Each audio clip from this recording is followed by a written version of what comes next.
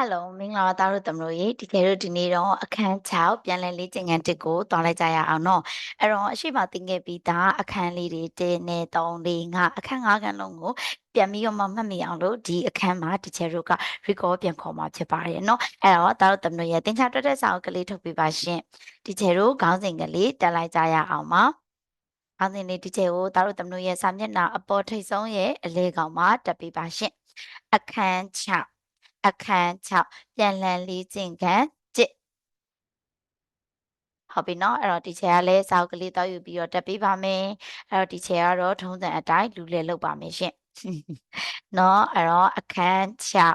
အလဲကောင်မှာတက်မယ်အောက်ကနေပြီးတော့ဗာလေးလဲပြန်လှန်လေ့ကျင့်ခန်း1ဟုတ်ကဲ့ရှင်အဲ့တော့ဒီမှာပါเนาะအောက်ကနေပြီးတော့ပြန်လှန်လေ့ကျင့်ခန်း1လို့တက်လိုက်ပါပြီခဲ့ပြီးတော့ပြီဆိုရင်တော့ဒီချက်တို့ကနံပါတ်1ကိန်းချင်းကိန်းဖြင့်ရေးပါဆိုတဲ့အပိုင်းလေးကိုတို့တွေသွားလိုက်ကြရအောင်အဲ့တော့ဒီချက်ဒီပု္ပ္ပစာကြီးတစ်ခုလုံးကိုအရင်ဆုံးယူလိုက်ပါမယ်မင်းတို့ကိုပြလို့ရအောင်လို့ပါနော်အဲ့တော့ဒီဘက်လေးမှာယူပြီးတော့ပါမယ်ငါဒီချက်ပြထားတာဖြစ်ပါတယ်နော်ကဲအဲ့တော့ဒီချက်တို့နံပါတ်1ကိန်းဖြင့်ရေးပါကိန်းဖြင့်ရေးပါတားတို့တမလို့ရင်စာသားတွေနဲ့ပေးထားတာပါအဲ့ဒါကိုဒီချက်တို့ကကိန်းနဲ့ရေးပြရမှာဖြစ်ပါတယ်အဲ့တော့ဒီချက်တို့ကတင်ကြတာစာအုပ်ထဲမှာပု္ပ္ပစာလေးကူပြီးတော့တွေ့မယ်နော်တစ်ပုံမှာကာကြီးဒီချက်ကိုပု္ပ္ပစာလေးကူပေးပါ4,900 10ကိုကဲသားတို့သမတို့ရေတီချယ်တို့ကအရင်တုန်းကဘယ်လိုမျိုးလုပ်ခဲ့ကြလဲမှတ်မိကြလားယင်ဟုတ်ပါတယ်တီချယ်တို့နေရာလိုက်တန်ဖိုးလေးတွေနော်နေရာလိုက်ဇယားလေးကိုချတယ်ခု10ရာထောင်တောင်းဟုတ်ပြီရှင်အဲ့ဒီမှာတီချယ်ကဒါကတီချယ်ကသားတို့သမတို့ကိုအကျင့်လေးဖြစ်သွားအောင်ရဲ့အမြဲတမ်းမှတ်မိနေအောင်ရဲ့လို့ဒီလိုမျိုးလေးချတာပါသားတို့သမတို့ရဲ့အကြောင်းမှာကတခါလေးကိန်းတန်းရေးတာလည်းဖြစ်နိုင်ပါတယ်နော်ဟုတ်ပြီရှင်ကြိုက်တယ်လို့ပဲရေးပါကြိုက်တယ်လို့ဘလို့ပဲရေးတီချယ်နဲ့လေ့ကျင့်ထားရင်အကြောင်းမှာရေးနိုင်သွားမှာဖြစ်ပါတယ်ဟုတ်ပြီနော်ဘလို့ပဲဖြစ်ဖြစ်ကိုကနားလည်ထားဖို့အရေးကြီးရဲ့လေနော်အဲ့ဒါကြောင့်မလို့တီချယ်ဇာတ်ကွက်လေးနဲ့ရှင်းပြပေးတာဖြစ်ပါတယ်တွက်ခိုင်းတာဖြစ်ပါတယ်အဲ့တော့ခု10ရာထောင်တောင်းဟုတ်ကဲ့ပေးထားတဲ့ကိန်းလေးတွေကိုဒီချေတို့ကနေရာလိုက်တန်မှုပြတဲ့ဇယားလေးမှာထည့်ရအောင်4,000ဆိုတော့တောင်းနေရာမှာ4 900ဆိုတော့ရာနေရာမှာ9 10ဆိုတော့10နေရာမှာ1ဒီမှာက9ဖြစ်ပါတယ်ရှင်ဒါတို့သမလို့ရေ6နေရာမှာရှိသလားမရှိတော့3ညโอเคအဲ့ဒီကိန်းကိုအောက်ကနေရေးလိုက်ကြရအောင်4,919 4,3ည919ဖြစ်ပါတယ်ရှင်ဟုတ်ကဲ့ပြီးသွားပြီဆိုရင်တော့ဒီချက်ကိုမြင်ပိတ်ပေးပါနော်ပြီးပြီဆိုရင်ဒီချေတို့နံပါတ်ခခွေးတွက်ကြရအောင်ပါတာတို့သမတို့ရေခခွေးပု္ပ္ပစာလေးကိုပေးပါနံပါတ်ခခွေးကဘယ်လောက်လဲ38,000ဖြစ်ပါတယ်အဲ့တော့ဒီချေကတင်ထားပေးပါတယ်38,000ဆိုတာက1000အုပ်စုဘယ်နှစုလဲ38စုဖြစ်ပါတယ်အဲ့တော့ဒီချေတို့က30ဆိုတာက3ညတစ်လုံးเนาะရာဆိုတာက3ည2လုံးထောင်ဆိုတာက3ည3လုံးဖြစ်ပါတယ်အဲ့ဒါကြောင့်မို့လို့38က38ပါပဲထောင်နေရာမှာဒီချေတို့3ည3လုံးထည့်လိုက်ပေါ့ကဲအဲ့ဒီကိန်းကိုဘယ်လိုဖတ်မလဲရှင်38,000ဖြစ်ပါတယ်ရှင်ဒါမှမဟုတ်လို့ရှင်လည်းနောက်ထပ်တစ်မျိုးစဉ်းစားမယ်ဆိုရင်1000အုပ်စု10စုက1000 1000အုပ်စု30စုဆိုတော့3000ဒီဘက်က8000က1000အုပ်စု8စုအဲ့တော့3000နဲ့8000ဖြစ်ပါတယ်เนาะအဲ့ဒီလိုမျိုးစဉ်းစားလည်းရပါတယ်ရှင်ဟုတ်ကဲ့ပြီးပြီဆိုရင်တော့မြင်းလေးပိတ်ပေးပါเนาะမြင်းပိတ်ပြီးသားပြီဆိုရင်ဒီချေတို့နမကငယ်ပုံစံလေးကိုကြားရအောင်ပါအဲ့တော့နမကငယ်ကဘယ်လောက်တော့နမကငယ်ကဗာပေးထားလဲ9,000အောက်10ရော့တော့ကိန်းအဲ့တော့ရေးပါပြီ9,000အောက်ဘယ်လောက်ရော့တဲ့ကိန်းလဲ10ရော့တော့ကိန်းအညီလေးထိုးပြီးရေးလဲရပါတယ်ရှင်9,000အောက်10ရောက်မယ်ဆိုတော့ဒီချေတော့ကိန်းကြီးကိုစဉ်းစားเนาะ6,000နဲ့9,000အောက်10ရောက်မှာဖြစ်ပါတယ်အဲ့တော့ဒီချေတို့က6,000ကိုကျော်သွားမှာပေါ့เนาะ6,000ကျော်ပြီးတော့6,000 9,900နဲ့ဘယ်လောက်ဖြစ်မလဲဟုတ်ပါတယ်90ဖြစ်ပါတယ်ရှင်အဲ့တော့10ပဲရော့မယ်ဆိုတော့ဒီချေတို့ကရာထဲမှာသွားစဉ်းစားအဲ့တော့100ထဲကနေ10ရော့လိုက်တော့90လीเนาะအဲ့တော့ဟိုဘက်မှာက9,000ရှိမယ်900ရှိမယ်9,000ရှိမယ်ဟုတ်ပြီဒီဘက်မှာက6 တောင်းရှိပါတယ်ရှင်အဲ့ဒါကြောင့်9တောင်းအောက်10ရောတဲ့ကိန်းကဘယ်လောက်လဲ6တောင်း9,990ဖြစ်ပါတယ်နော်ဟုတ်ကဲ့ပါ6တောင်း9,990ဖြစ်ပါတယ်ရှင်ကိန်းမြင့်လေးနဲ့စဉ်းစားရင်ရပါတယ်နော်ဟုတ်ပါပြီပြီးတော့ပြီဆိုလို့ရှိရင်เนาะဒီကျဲတို့မြင်ပေးလိုက်ပါနံပါတ်ကကြီးကဲနံပါတ်ကကြီးက26ဤ100စကဲ26ဤ100စဆိုတော့တို့သမတို့ရေဘာကိန်းလေးလဲ100စဆိုတော့ဒီချေတို့ကအရှိကိုနေရာလိုက်တန်မို့ဘယ်နှလုံးဘယ်နှနေရာတိုးပေးရမှာလဲ2နေရာတိုးပေးရမှာမယ်ရှင်အဲ့လို2နေရာတိုးတယ်ဆိုတာကအနောက်က3ညဘယ်နှလုံးဝင်လာလို့လဲ2လုံးဝင်လာလို့ဖြစ်ပါတယ်အဲ့ဒါကြောင့်26က26 26 3ည2လုံးထည့်လိုက်ပါရှင်အဲ့တော့ငကိုက26ကနေဒီချေတို့ဘယ်လောက်ဖြစ်သွားလဲ2600ဖြစ်သွားပါတယ်နော်ဟုတ်ကဲ့ပါရှင်ဂါကြီးလေးပြီးသွားပြီဆိုရင်တော့မြင်းပိတ်ကြရအောင်နံပါတ်5ကိုဆက်တွက်ကြမယ်ဟိဟုတ်ပြီနော်နံပါတ်5ကဘာလေးလဲဆိုတော့910ကို10ဖြင့်ဘာလုပ်လျင်လဲစားလျင်ရရှိသောကိန်း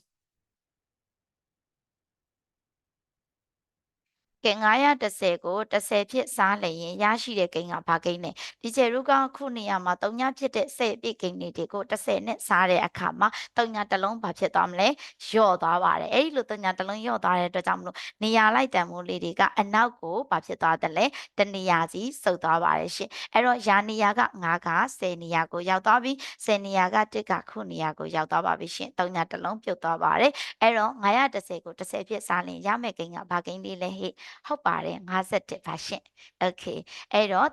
ပြီးသားရင်ဒီချက်ကိုမြင်းလေးပိတ်ပြီးပါအောင်နော်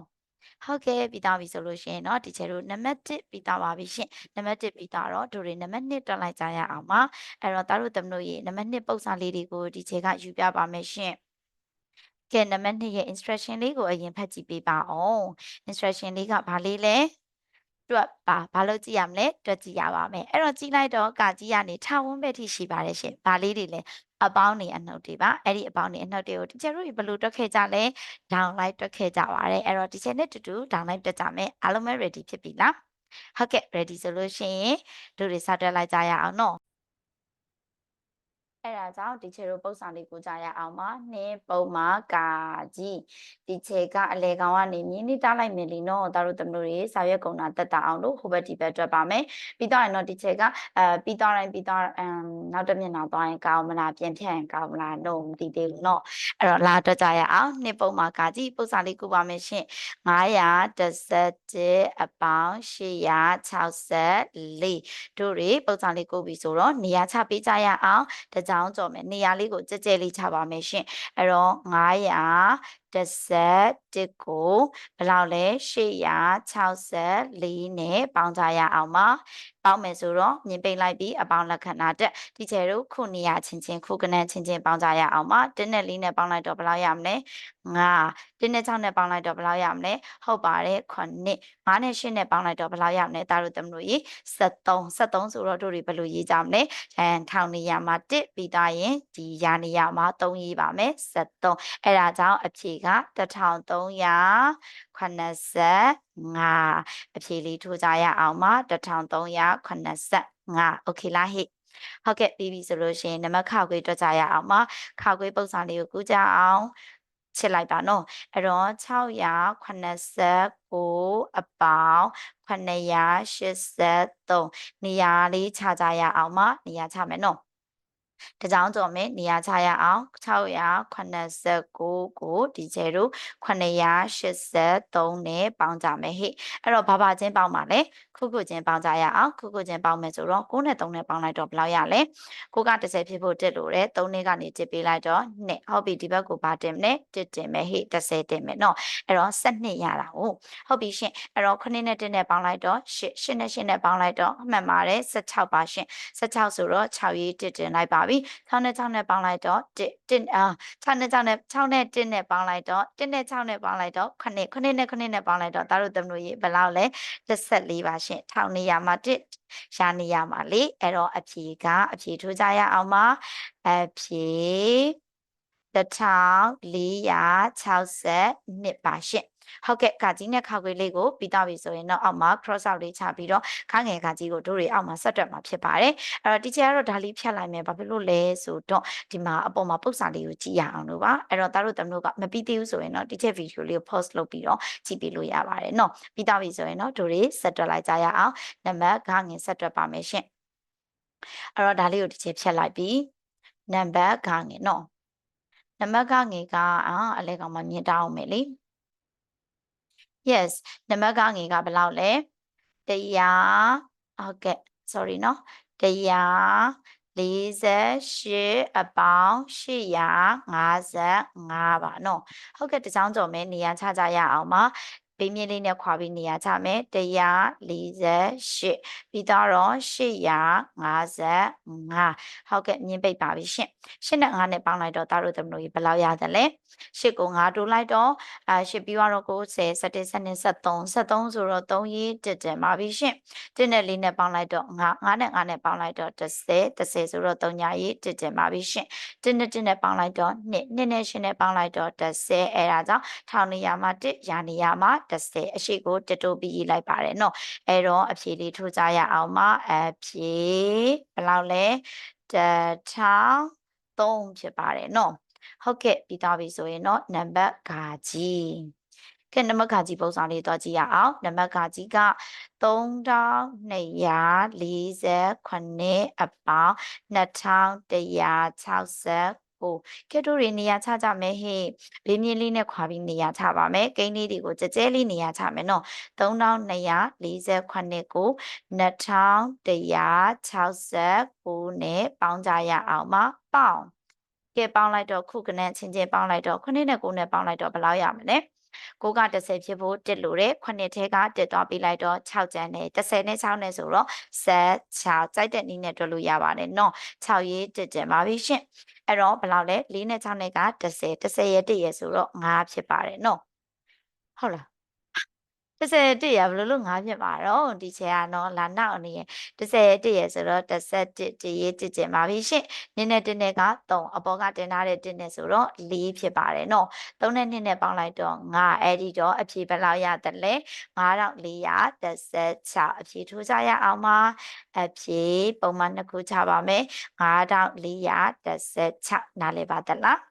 ဟုတ်ကဲ့ရှင်ပြီးသားပြီဆိုရင်တော့နံပါတ်5ဆက်တွက်ရအောင်မမီလို့ရှိရင်ဗီဒီယိုလေးကိုရပ်ပြီးတော့ပြန်တွက်ပြီနော်အဲ့တော့နံပါတ်5ကဲနံပါတ်5ကဘယ်လောက်လဲ4980အပေါင်း4356โอเคဒီချက်အလေကောင်းကနေမြင်ထားလိုက်အောင်မယ်နော်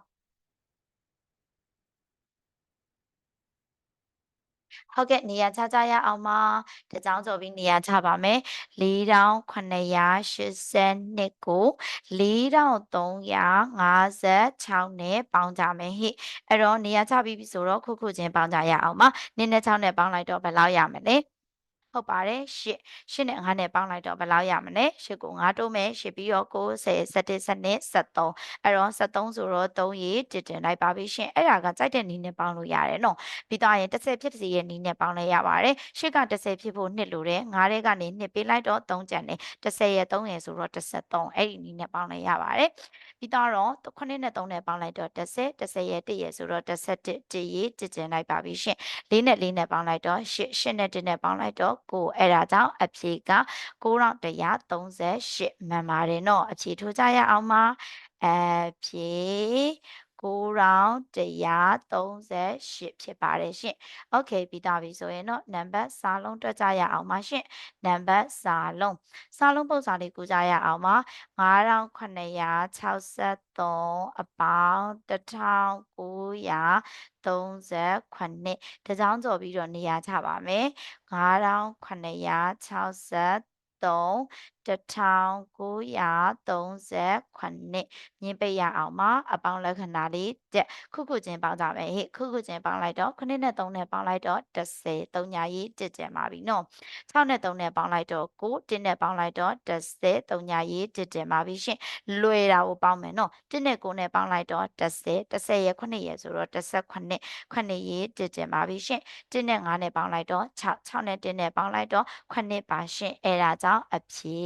9,900ပါနော်အာရီအတဝေထိုးဖောက်တော်ရရင်ဖြေအဖြေ9,900ပါရှင်ဟုတ်ပြီနံပါတ်စလုံးပြီးသွားပြီဆိုရင်တော့နံပါတ်စလိန်တွက်ကြရအောင်ပါအဲ့တော့ဒီခြေကဖြတ်လိုက်ပါပြီရှင်နံပါတ်စလိန်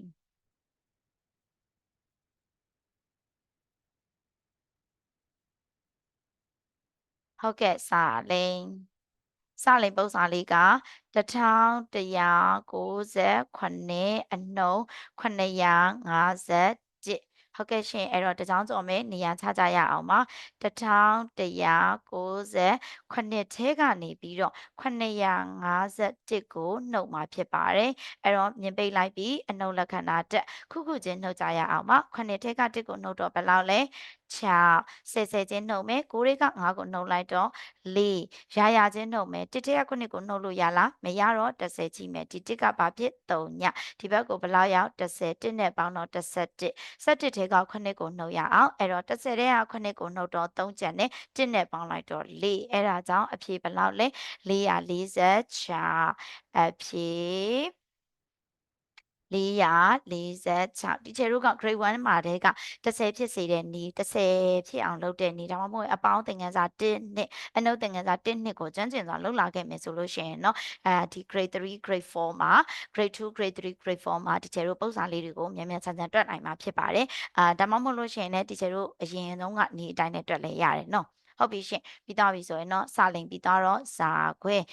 ပုံစံကူကြရအောင်ပါဇာခွဲ1423အနှုတ်889တစောင်းကြော်ပြီးနေရာချပါမယ်1423ကို889နဲ့နှုတ်ပါမယ်1423နဲ့က889နှုတ်ပါမယ်ရှင်အဲ့တော့ခုခုချင်းနှုတ်ကြရအောင်3နဲ့ကကိုနှုတ်လို့ရလားမရတော့10ချီ2ကဘာဖြစ်1ဖြစ်ဒီဘက်ကိုဘယ်လောက်ရောက်10ရောက်3နဲ့ပေါင်းတော့73နဲ့ကကိုနှုတ်ကြရအောင်ပါ10ထဲကကိုနှုတ်တော့1 3နဲ့ပေါင်းလိုက်တော့4ဖြစ်ပါတယ်နော်တစ်ထက်က9ကိုနှုတ်လို့ရပါသလားမရတော့10ချီပါမယ်အဲ့ဒီ4ကဘာဖြစ်3ဖြစ်ဒီဘက်ကိုဘယ်လောက်ရောက်10ရောက်17 10နဲ့1နဲ့ပေါင်းတော့17ထဲက9ကိုနှုတ်ရအောင်10ထဲက9ကိုနှုတ်လိုက်တော့1ဟုတ်လားဟုတ်ပါဘူး10ထဲက9ကိုနှုတ်တော့3 1နဲ့ပြန်ပေါင်းလိုက်တော့4အဲ့ဒါကြောင့်ဒီမှာက4ရပါတယ်ရှင်ရချင်းနှုတ်ရအောင်3ထဲက8ကိုနှုတ်လို့ရပါသလားမရတော့အရှိက10ကြီးဒီ1ကဘာဖြစ်3ညဖြစ်ဒီကိုဘယ်လောက်ရောက်10ရောက်10ရဲ့3ရဲ့ဆိုတော့73နဲ့က8ကိုနှုတ်ကြရအောင်ပါ73ကို10နဲ့3နဲ့ခွဲပါပြီ10ထဲက8ကိုနှုတ်တော့2အဲ့ဒါကို3ပြန်ပေါင်းလိုက်တော့5ဖြစ်ပါတယ်နော်အဲ့တော့အဖြေက944အဖြေထိုးကြရအောင်ပါအဖြေ944ဖြစ်ပါတယ်နော်โอเคပြီးသားပြီဆိုရင်တော့ဇာခွဲပြီးသားတော့ဇာမြင်းဆွဲတက်ကြရအောင်ပါဇာမြင်းဆွဲ yes ဇာမြင်းဆွဲလေးကိုချစ်လိုက်ပါပြီရှင်အဲ့တော့ဇာမြင်းဆွဲဆိုဇာခွဲရေးရเนาะဒီချက်ကတော့ရိုက်ခံရတော့မယ်ဟုတ်ပြီအဲ့တော့မြင်းလေးနှစ်ချောင်းတားလိုက်ပါပြီရှင်အဲ့တော့ဇာမြင့်စွဲလေးကဘယ်လောက်လဲ1000အနှုတ်463တကြောင်းကြော်ပြီးတော့နေရာချပါမယ်1000တစ်ထဲကနေ463ကိုနှုတ်ကြမယ်နော်โอเคတစ်ထဲကနေ3ကိုနှုတ်လို့ရပါသလားမရတော့10ချိမယ်အရှိမရောရှိလားမရှိဘူးသူ့ရှိကနေတော့ချိမယ်သူ့မှာရောရှိလားမရှိဘူးအဲ့တော့ဟိုးရှိကနေချိလိုက်တော့ဒီတစ်ကဘာဖြစ်သွားမလဲဆိုရင်3ညဒီဘက်ကိုဘယ်လောက်ရသွားမလဲဆိုရင်10ကဲသူ့မှာရှိပြီဆိုတော့ तू ကတငယ်ချင်းကိုပေးလို့ရသွားပြီ10ထဲကတစ်ချိလိုက်10ချိတော့6ဖြစ်သွားပါမယ်ဒီဘက်ကို10ရောက်သွားပါပြီရှင်ဟုတ်ပြီဒီ10ထဲကနေပြီးတော့တစ်ချိပါမယ် ရှင်အဲ့တော့ဒီ30က9ဖြစ်သွားမယ်ဒီဘက်ကို30ရောက်30ရဲ့1ရဲ့ဆိုတော့ဒါလေးက17ဖြစ်သွားပါပြီနော်17ထဲက3ကိုနှုတ်ကြရအောင်ပါ17ထဲက3ကိုနှုတ်17ကို30နဲ့1နဲ့ခွဲ30ထဲက3ကိုနှုတ်တော့9 30ထဲက3ကိုနှုတ်တော့9